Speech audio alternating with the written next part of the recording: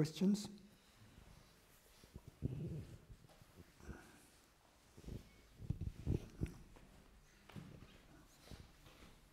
No? Oh, I was waiting for the camera.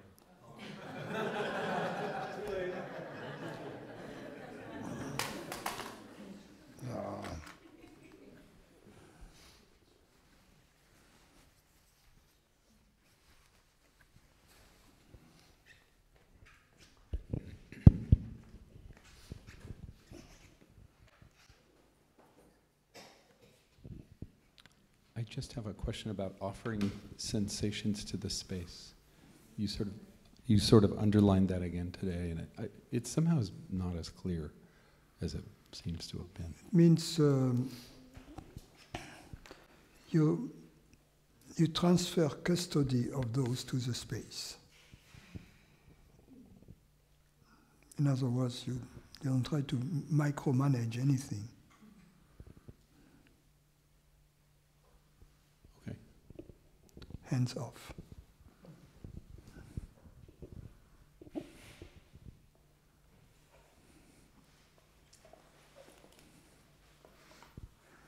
You delegate to the space. That's delegating upward, I think.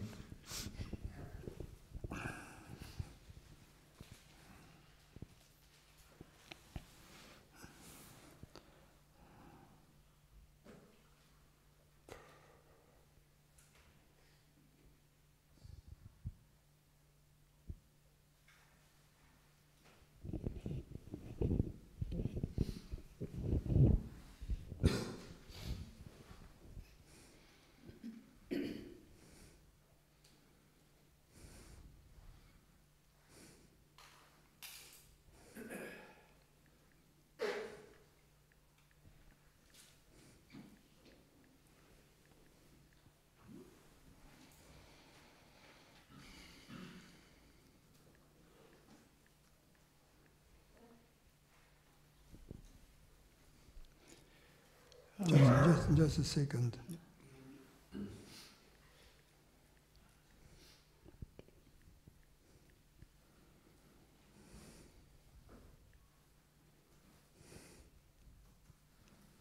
I'm signing into the meeting online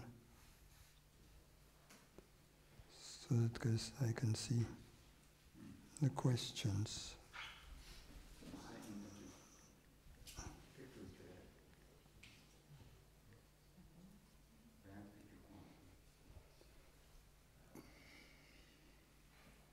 It's oh yeah.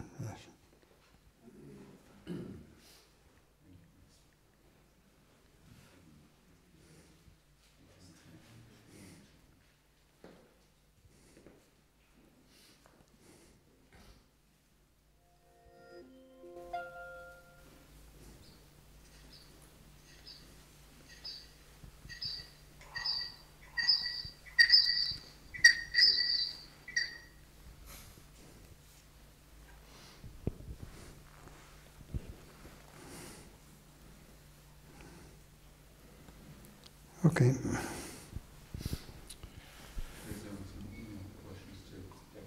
There are some questions. I should be able to see them now, but I don't know on this little. Okay. Yeah. The idea, the concept of standing as awareness or standing as consciousness, and I'm wondering how one works with that, or... I have a very simple definition for that. Since consciousness is our real identity, we stand as consciousness every time we don't stand as anything else. Okay. That's simple. Right. You see, for instance, John Doe, the actor, right? Sometimes he stands as Othello, King Lear, Macbeth, Prospero, etc. But when he doesn't stand as one of those, he doesn't need to do anything special to be John Doe. Right? He's John Doe naturally. So it's a negation almost of... See, I've been hearing it as as a practice, particularly to use when, lost and not in touch with... In my view, practice is not as good as understanding. Okay. So, and what is important is this, is that since it is our natural, our real identity, consciousness, the moment we release any other identity we were acting under, like Macbeth, Othello, etc., at that very moment, all we need to do is release the false identity to be what we are, right? And from that moment on, we are taking our stand as consciousness. You see? Up until at some point, we start acting in a new play, right? And then we lose our stand. So that's very important, because it's very important to understand that it doesn't require any positive activity on our behalf. So it's very relaxing. That which was exhausting, in fact, is the acting to be a different identity. You see, but we are so used to it that the opposite seems true. That acting is natural, and that being what we really are seems artificial.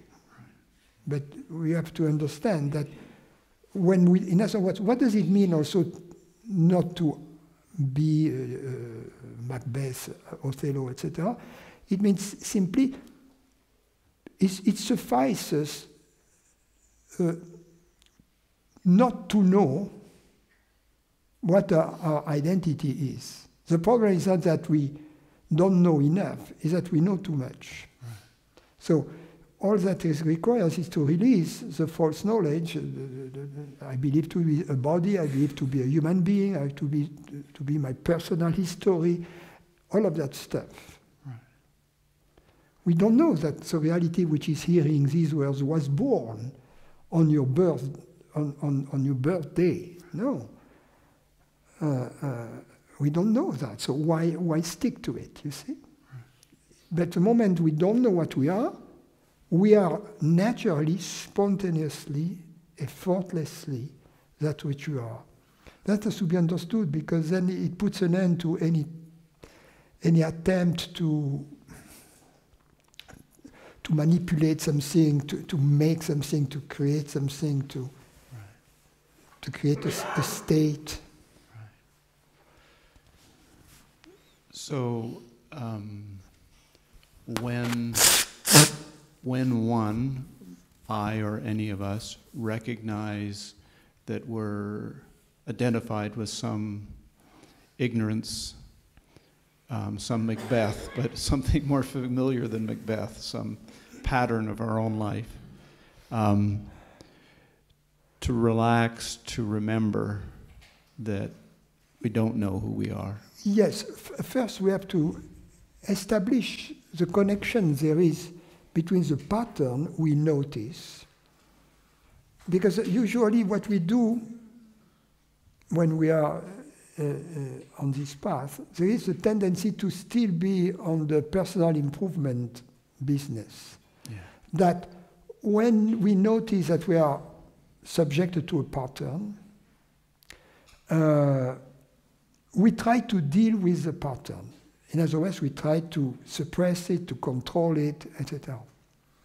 Whereas, in fact, it's better to see what is the origin of the pattern. Because instead of trying to destroy the pattern, to ask questions nicely, to love the pattern in a sense, so that the pattern can tell you this history.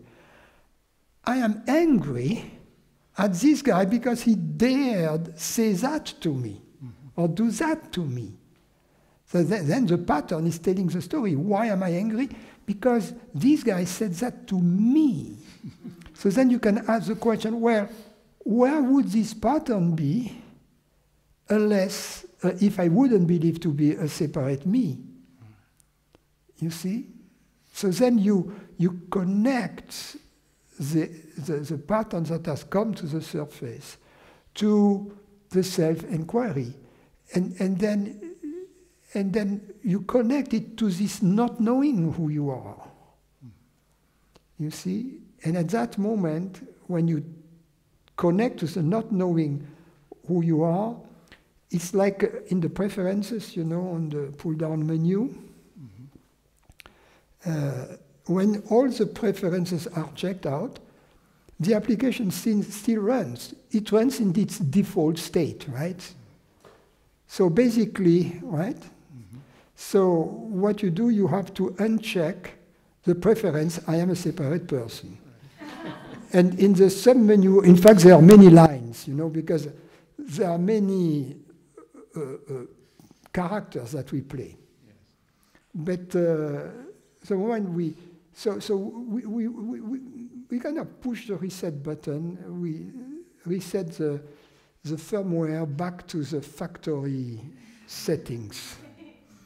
But that's interesting. So you let the pattern show itself enough that you can see where the me is in there. That's what I heard. Yeah, and then you can see the origin of the pattern. In other words, that which triggers the pattern. If that cause weren't there, the pattern wouldn't be there. Right. So the moment you connect with the cause, you don't need to destroy the pattern. The pattern is, the other image I use is like, you know, the Speedy Gonzales on the plateau, you know, and then there is a cliff. And for a while, it is there, and then poof, he falls, you see. So you are, the moment you have removed the support of the pattern, Speedy Gonzales is no longer here. Speedy Gonzales is here, so he cannot run for too long in this position. Okay. Thank you.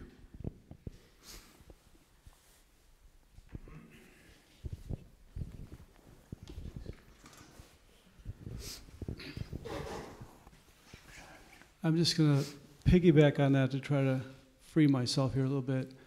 For me, I get more in my head, like, especially more lately, I see that I wonder why I keep telling the same story of who I am, like Norway, here's where I live. And I'm watching it happen. I don't even believe it, but I can't stop myself from telling the same story over and over and over again, even though at this point, I don't believe any. I don't know what I am. But it's okay. But see the story as a story of this body called Mike. So it's true. Mike has a story in Norway. He even has a, I think I've been told, an affair there. So it's okay to watch it. What should I do? Just move back and just enjoy Mike being Mike and it's cute and just let it happen? Or is there something that at some point does Mike disappear and consciousness works through this vehicle, or is it more letting Mike? Are you the observer of Mike, or are you the Mike who is being observed? I'm the observer of Mike. Yeah, so that's good. Right. That's fine then. So it's okay. I can just play with myself. You know a lot about Mike. You know very little about the observer. True. So every time you believe that you know something about the observer, like if you know that the observer is in Norway, then you're in trouble. Yeah. Well, you know, it's funny because the first half of my life was such a tragedy, and now it's over the top too good. It's like it's the same thing, but just opposites happening of me paying attention to what's happening. So just looking for that freedom on that.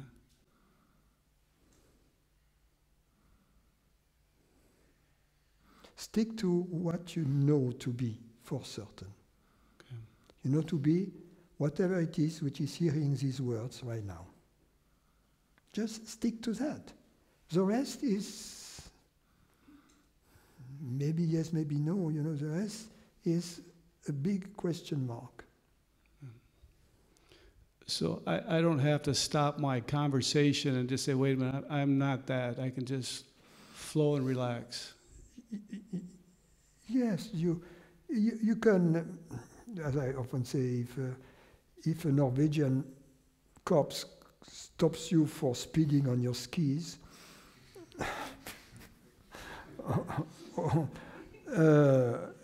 don't tell him, if he asks you, what's your name, don't tell him, I am the universe.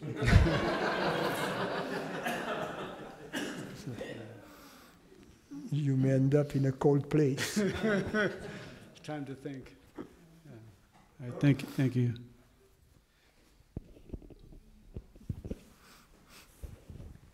I'm trying to connect here. What do I do? I'm a first timer here. Look at the chat. There's a question in the chat. By whom? Mary. Mary, okay. I don't have access to the question.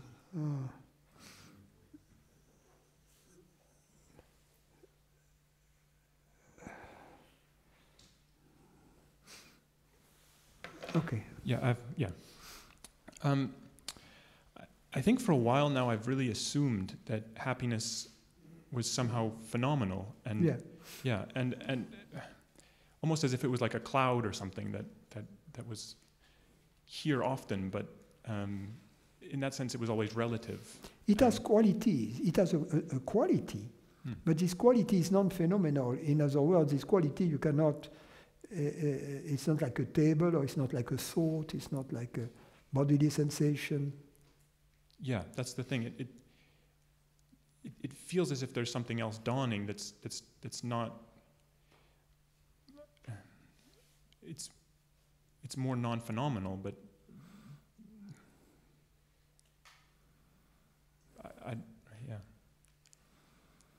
You have to understand, to see clearly, experientially, that objects don't exude happiness. Objects don't emanate happiness like a rose emanates the perfume. No, objects don't emanate happiness. It's very important. The happiness perfume emanates from our true nature, always from the same place, always from the rose of the Rosicrucians, the rose. So is the phenomenal aspect then kind of not important compared to the? There are objects that take you there, but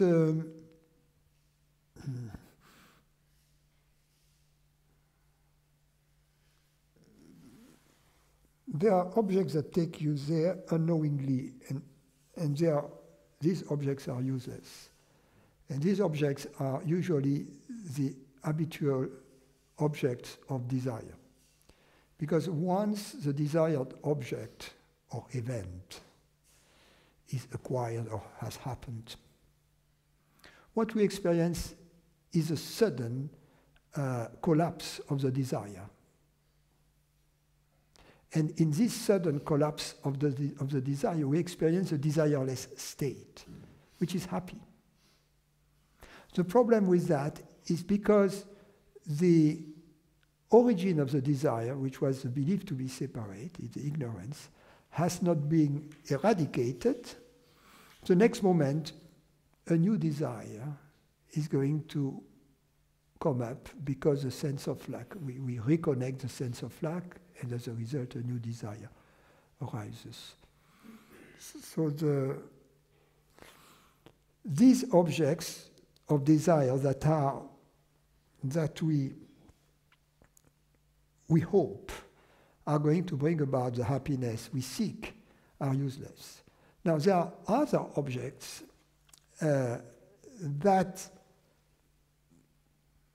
are not necessarily objects of desire, that they are not objects of desire, but that have the power somehow to take us to our true nature, to take us like a beautiful object of art, take us to beauty,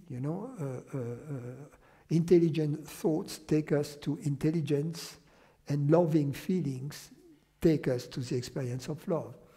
So these objects are more like vehicles that take us to the right place. You see, but they take us knowingly. It's different. Because we know that the love is not in the objects, that the beauty is not in the object, that the intelligence is not in the thought. The understanding is not in the thought. For instance, a thought doesn't have the power to understand. But a thought, a well-expressed thought, the right thought, can take us to the understanding. You see? So this, and when we are on the path towards the experience of our true nature, in the taxi, so to speak, that is taking us to the party, riding the intelligent thought, riding the loving feeling, riding the beautiful sense perception. Already the perfume of the party manifests itself. So there is already an element of joy when we are in the process. You see? So it's like, you already smell the pot that is being smoked at the party from the street. Well, that may happen.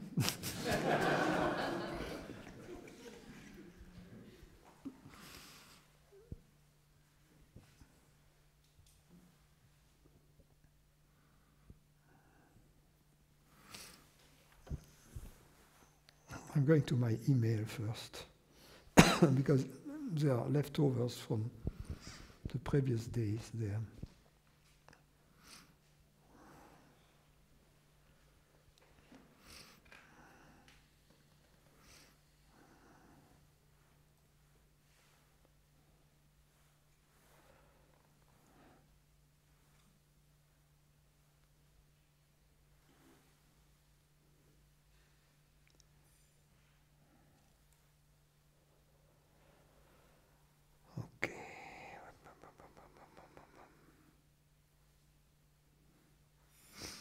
Stephen, would you please comment on the paradoxical semantic concepts of the Advaita definition of ignorance versus the Platonic perspective that Socrates was proclaimed the wisest man in the world because all he knew was he was ultimately ignorant. There is also the term divine ignorance relating to ultimate emptiness, silence. Okay. Well, the Advaitic definition of ignorance means ignorance of our true nature.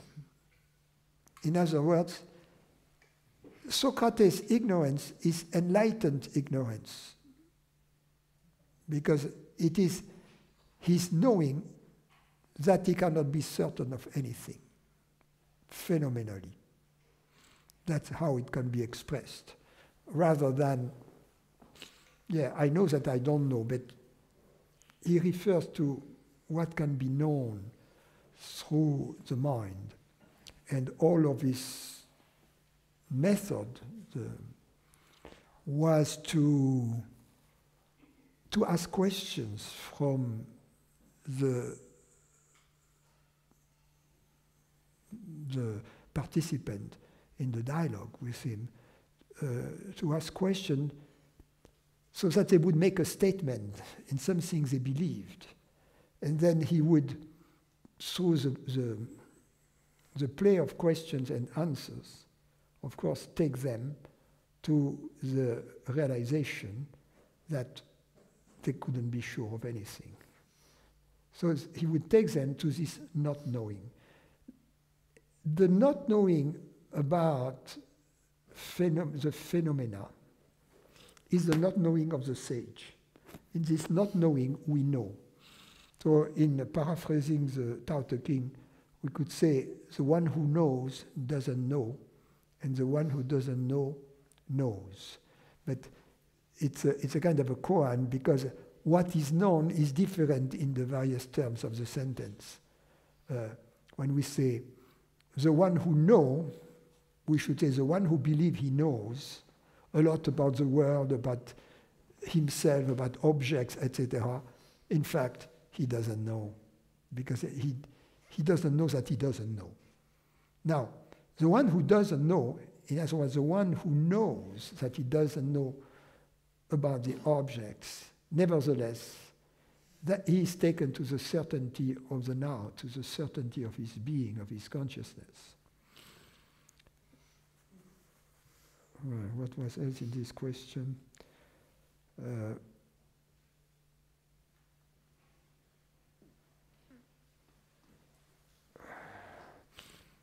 In this silence, in this emptiness, divine ignorance, what we need to know will be given to us, and in an almost miraculous way, on a need-to-know basis. You see, of course, it is up to us to do our best to find the answer if we have a practical issue. Do your best and let God do the rest. But in this openness, in this honesty of not knowing, we'll get the answer. So there is a great humility in not knowing.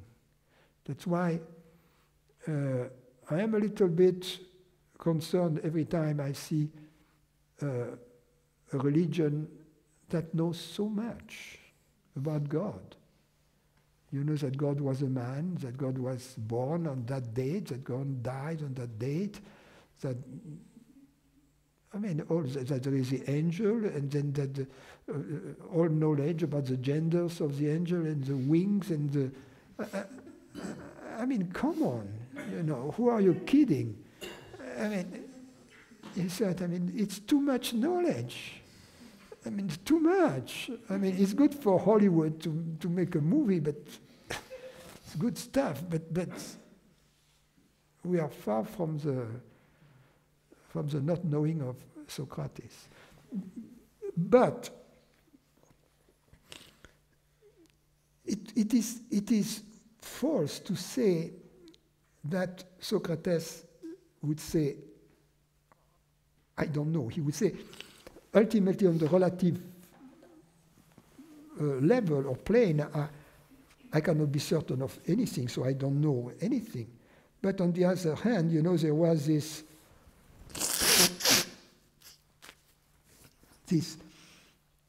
words that were engraved on the temple of Apollo in Delphi, and that was the main place of the antique world.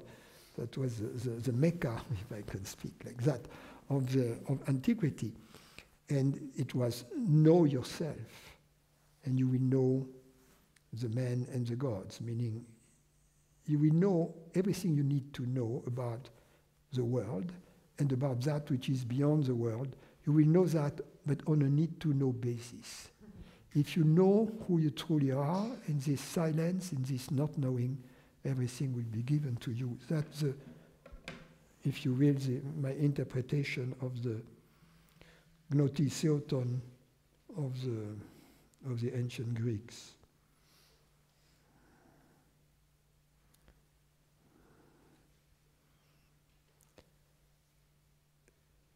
Sujata.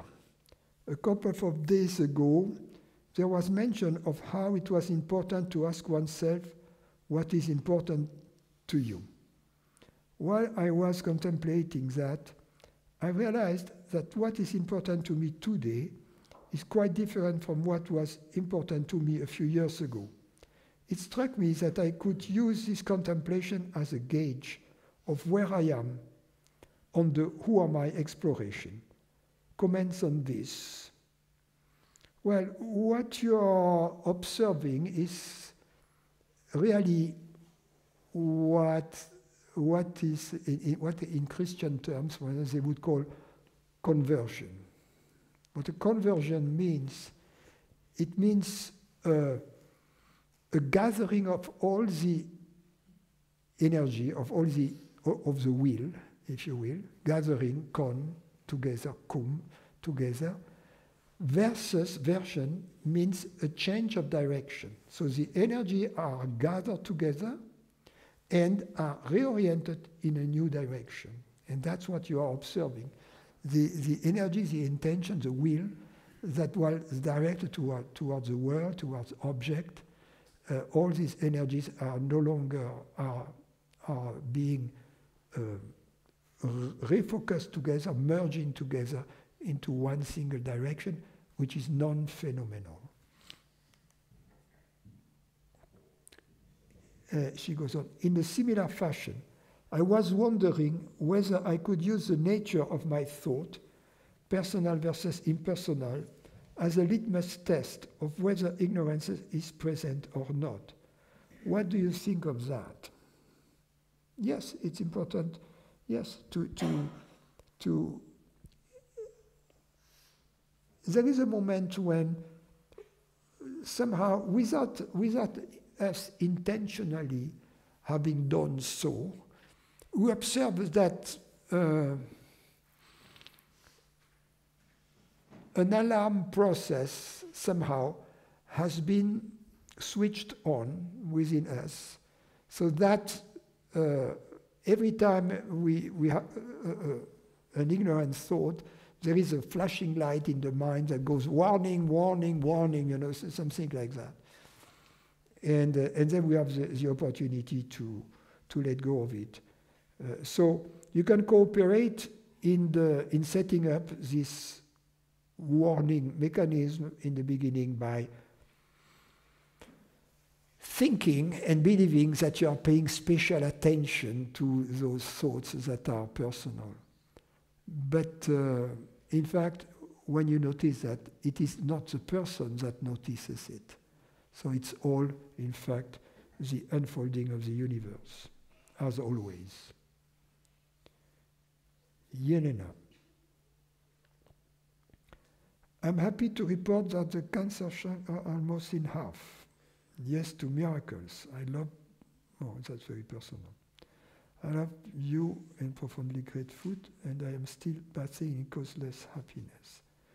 Well, Yelena, thank you for your beautiful poem that I read the other day during the satsang.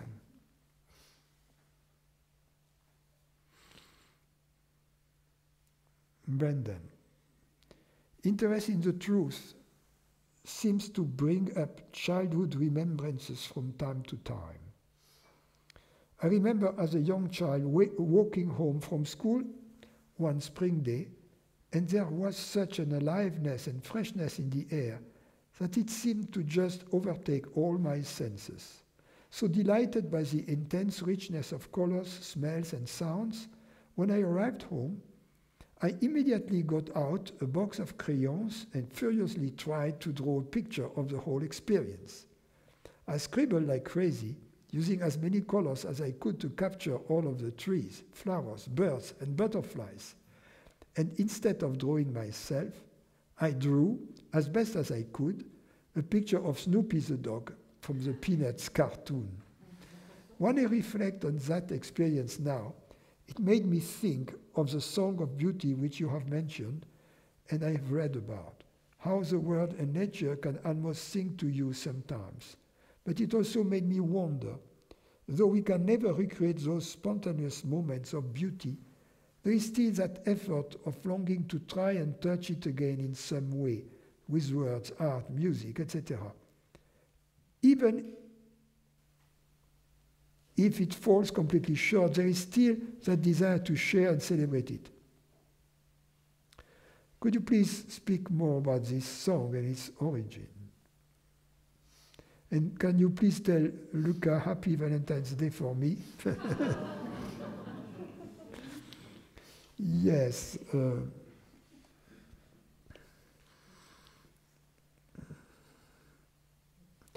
know, the creation sings the praise of its creator.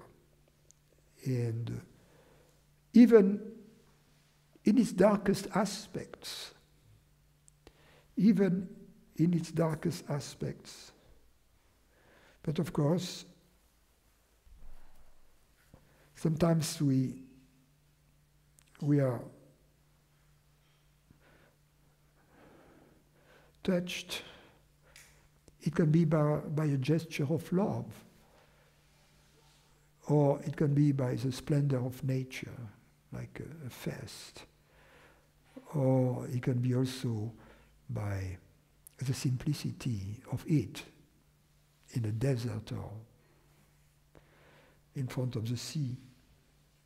It can be by the music, it can be by the perfume of the rosemary and the thyme in your native country. Yes, these are moments that connect us with our true nature. In fact, when we, sometimes a perfume or a taste triggers these memories. That's the story of the Madeleine that Proust recounts in his novels, I don't know in English, le temps retrouvé, the time found again, or something like that.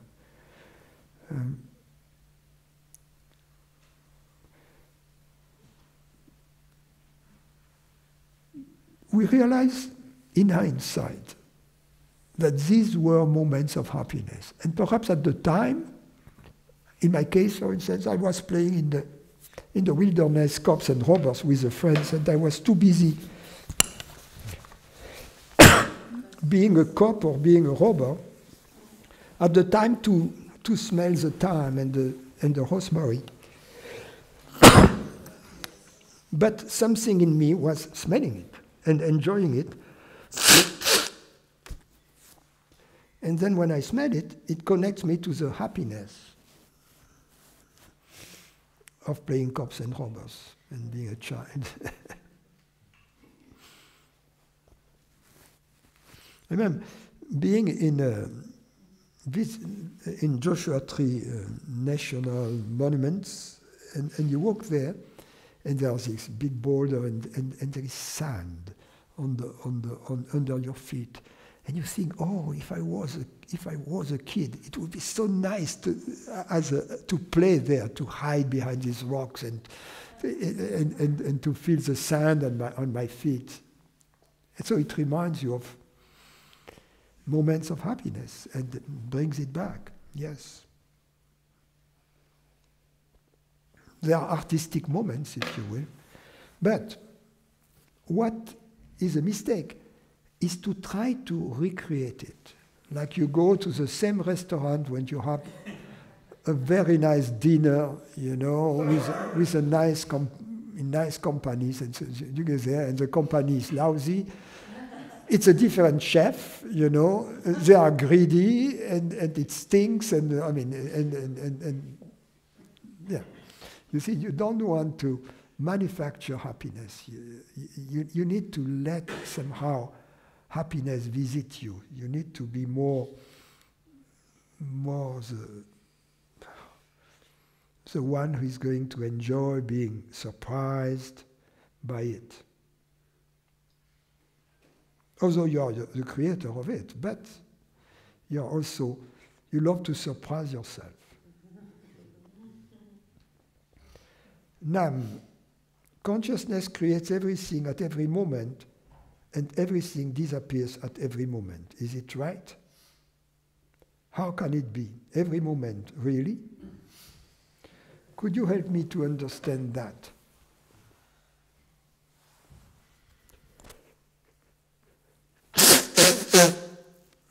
No, it's getting bad.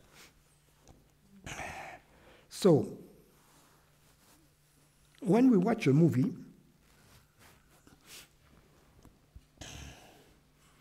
it seems to us that the movie is continuous. Whether it's a movie on the old-fashioned screen, then it's a succession of fixed image, or whether it's a movie on the cathodic tube, where there is it's a luminous point that travels through the screen. And I don't know about the LED technology, so it's not of my era. But I am quite certain that there is no continuity there. That it is a discontinuous. We have an expert there. Yeah. Okay, he confirms it's a discontinuous process. But it looks continuous. So, in the same way, the creation looks continuous, whereas in fact, it's completely suspended in the emptiness from moment to moment. Like an image on the screen. It is recreated from moment to moment out of this emptiness. And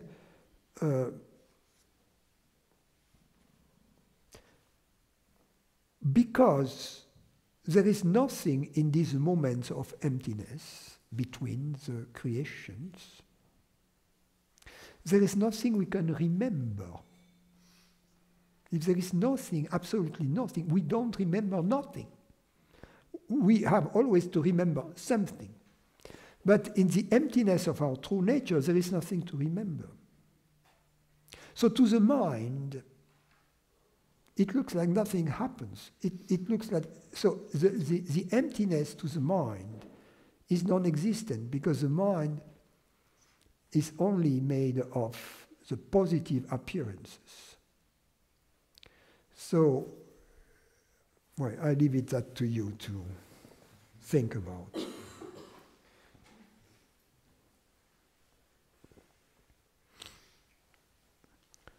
Mary, question about the third eye. I noticed recently that it is really helpful to bring the focus to a spot between the eyes or above the bridge of the nose to test mind activity. What is the connection to consciousness here? Can you elaborate more on this, please?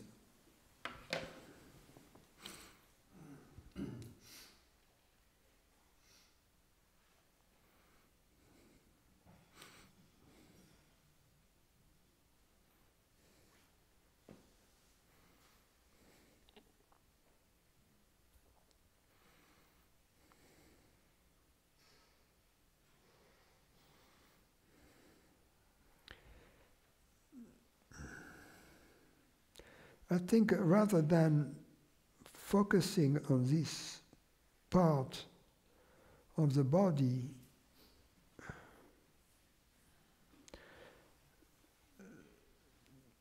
the chakras are there to be open. The Ajna chakra, like any other chakra, is there to be open. If you focus on it, you close it.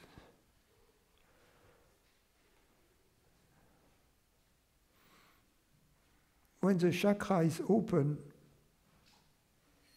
there is an entire world there. There is a huge space, not a point. So place the world, if you will, in this spot. And your mind and the world and everything you perceive.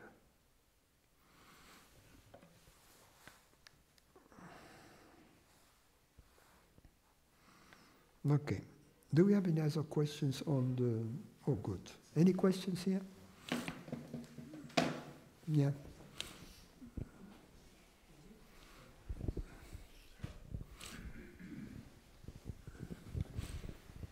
So it seems to me like, at least in the physical realm, we are bound... Sorry, yeah, say that again. I said it seems to me that at least in the physical realm, we are bound to physical laws. And it's at that point where any argument about the not limited nature of consciousness becomes untenable.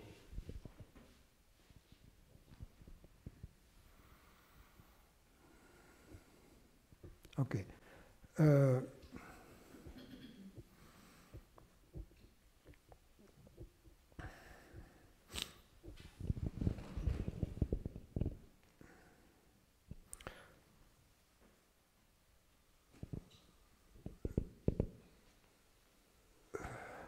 there is a universe,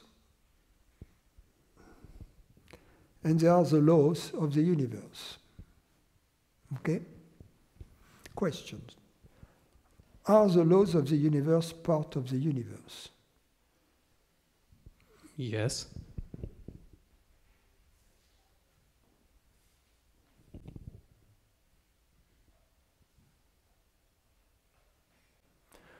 Are the laws of the universe tangible? Are they material? They can be described, but I wouldn't call them intangible. Or tangible, sorry. Are they made of quarks and gluons?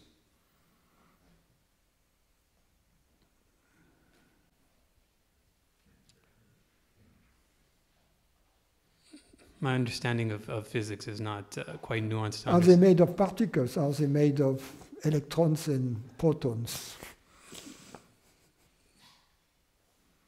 I would say no. So, since they are part of the universe, but are they material, in other words? Are they made of matter? No. So what you call the universe then is not just matter, right? Right. So what you call the universe bigger than matter would be then the totality of existence.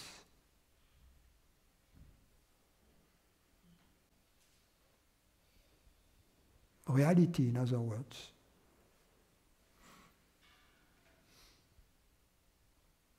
You see, your objections started from, I cannot see that consciousness could be universal because there is a physical world and the laws that rule the physical world. But the laws that rule the physical world are not part of the physical world. They are part of a bigger reality. You see, and the moment we understand that this bigger reality is not physical, this bigger reality is not physical, then we are open to the possibility that this reality, which is bigger and non-physical, could be consciousness-like. As long as we see consciousness as mind-like and reality as matter-like, it seems inconceivable that matter would be made of consciousness. So in order to overcome this obstacle, we have to reach a common point between consciousness and the universe. So we have to understand consciousness as not being mind-like, in other words, not thought-like, but being more reality-like. And we have to understand the universe in this greater meaning of totality as not being matter-like. Then the two can be the same. If consciousness is more mind-like, and if the cosmos or the totality is no longer matter-like, then they can be the same. They can merge and be the same.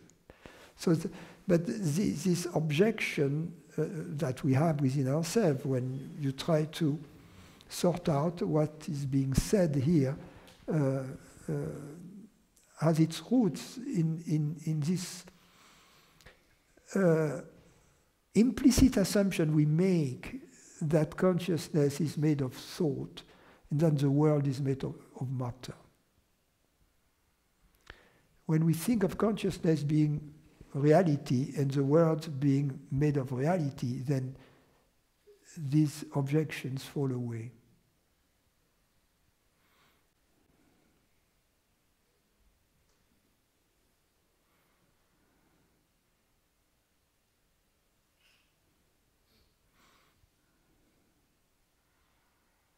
At least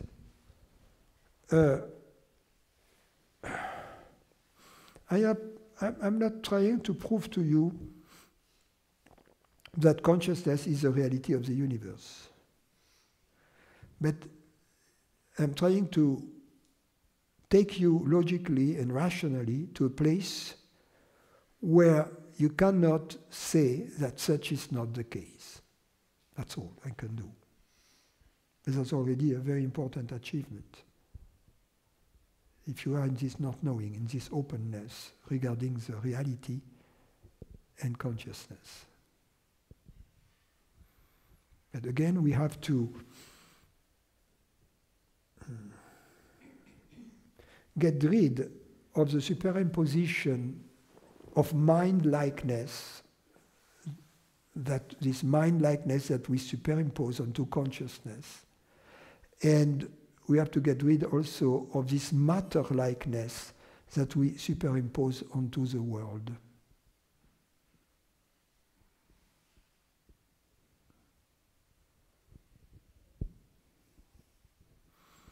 That's why by alluding to the laws of the universe that you brought to the table, so to speak, and by pointing the fact that they are not material, I took a shot at the material view of the universe.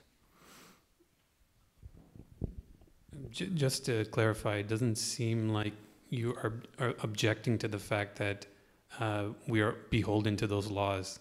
They're just not, they can't be attributed to the physical universe. But what? From what I understand, you're saying that these laws are not necessarily attributable to the physical universe, not that we're not beholden to them.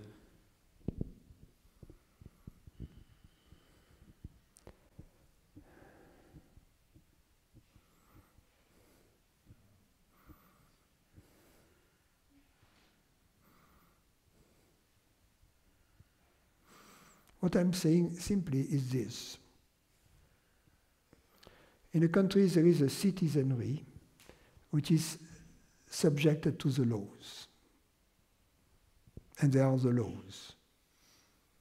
And the laws and the citizenry are different.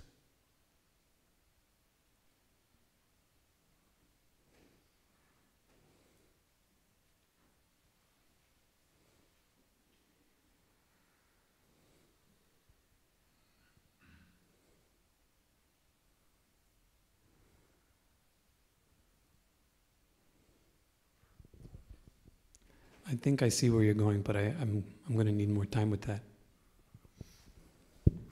Just food for thought.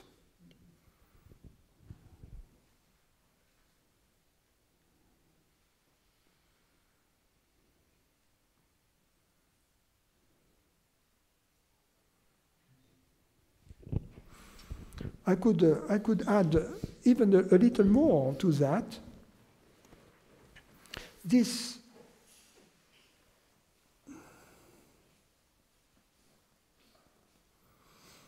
extraordinary coincidence that the laws of the universe could be expressed through mathematical ideas that are allegedly the product of human minds.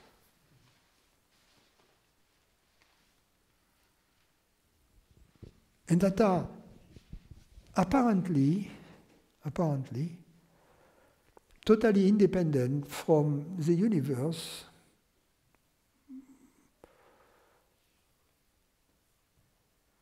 when I don't know, the complex numbers were created, or Mr. Hilbert created the Hilbert space. He was dealing in a realm of concepts. There is no Hilbert space in nature to be found. There was none. You see, nothing looking like that. And it turns out that it was a very good framework for quantum mechanics. So this extraordinary, you say, okay, coincidence. Well, there might be more to it. There might be a common origin to the mathematics and to the universe, to the subtle and to the gross. To me, that's what it points at.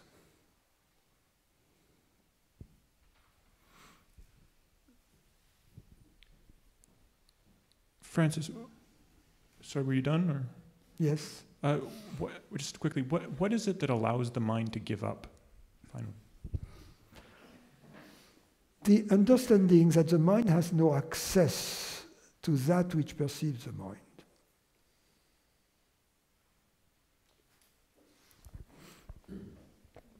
It's a two-step process.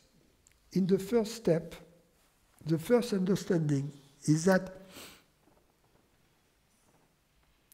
which we are seeking usually through the mind, the objects, the world, the events, is not going to deliver the happiness, the peace we seek. So that's the first step. Then we stop looking within the world. But we look for the truth within the mind still, up until there is the understanding that it cannot be found within the mind either. And then the mind comes to a stop. The next moment it may start again, but the first stop is important, because then it will generate many more stops. At some point, the mind is not going to seek any longer, because the mind is going to rest in the presence. The mind is going to retire. Which is not true, in fact. The mind is going to simply be a useful tool and a tool of celebration. That's what the proper use of the mind is.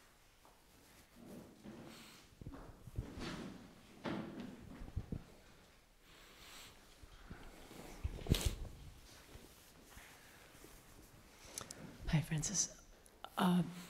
Could you explain once what the composition or nature is of the sense of lack?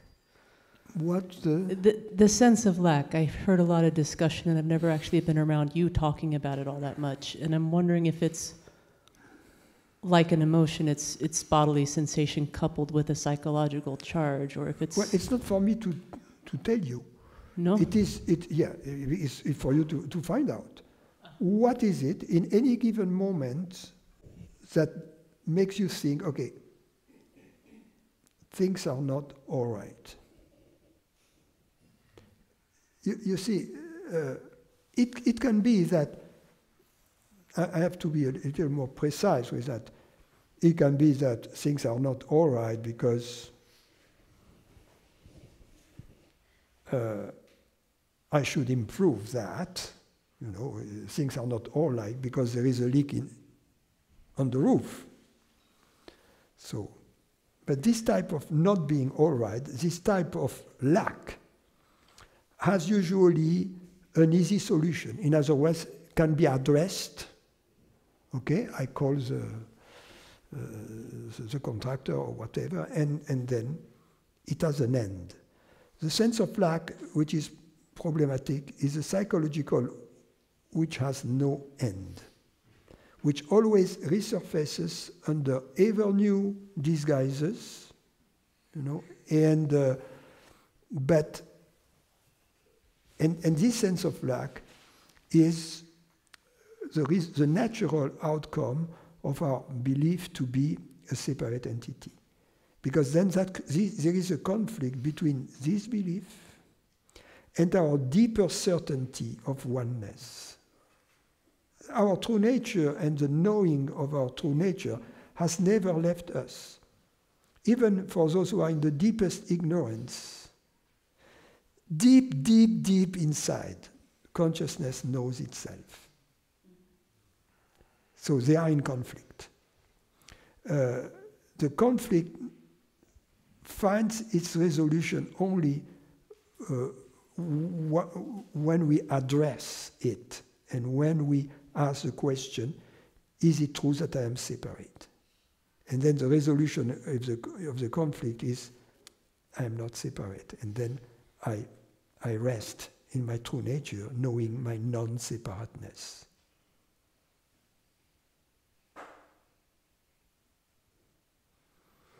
But practically speaking, because that's the theory of it, that's the process, but practically speaking, at every moment we can see what is it that drives us, that there is that which can be addressed and put an end to.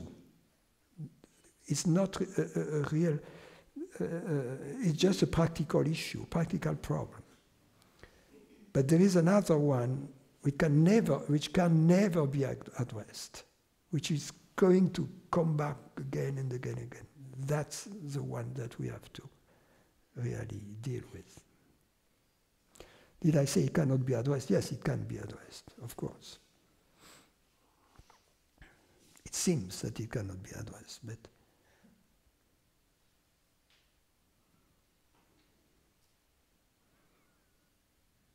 it keeps us in agitation, it keeps us in seeking objects, seeking experiences.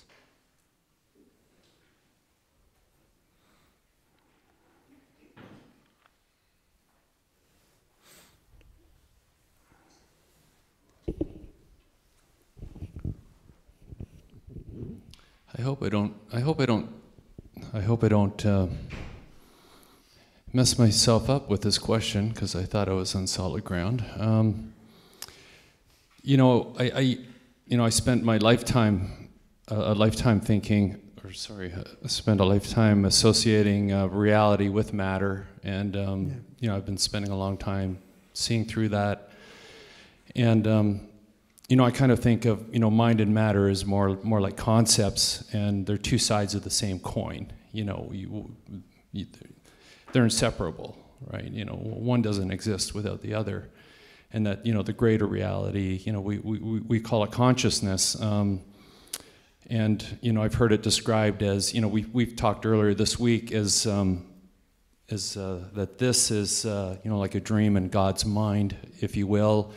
Other metaphors would be consciousness as the ocean, and we're like and mind is like a current, if you will, or whatever. But I'm coming back to what you said a moment earlier about that consciousness is not mind-like, because I definitely have been kind of, that's definitely, kind of how I've, and I don't want to get caught on the horns of language, because I do feel pretty like I'm on solid ground, or I thought, but I just you kind of caught me there when you said it. It's not mind-like, because it just seems like I have immediate access to consciousness through that doorway in the back of my mind. It's reality-like rather than mind-like, you see.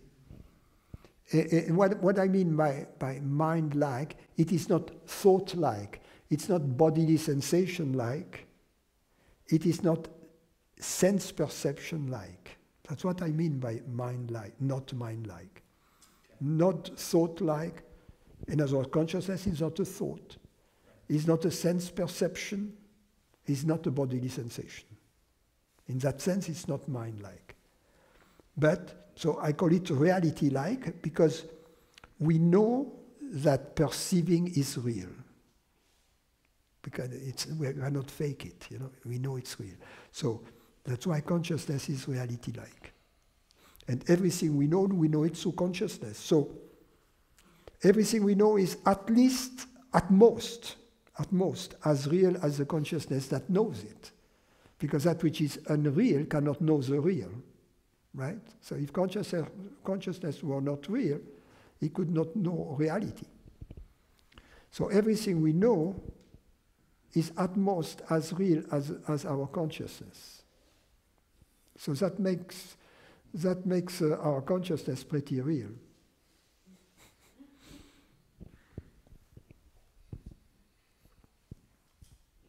Okay, I'm glad I asked. Thanks.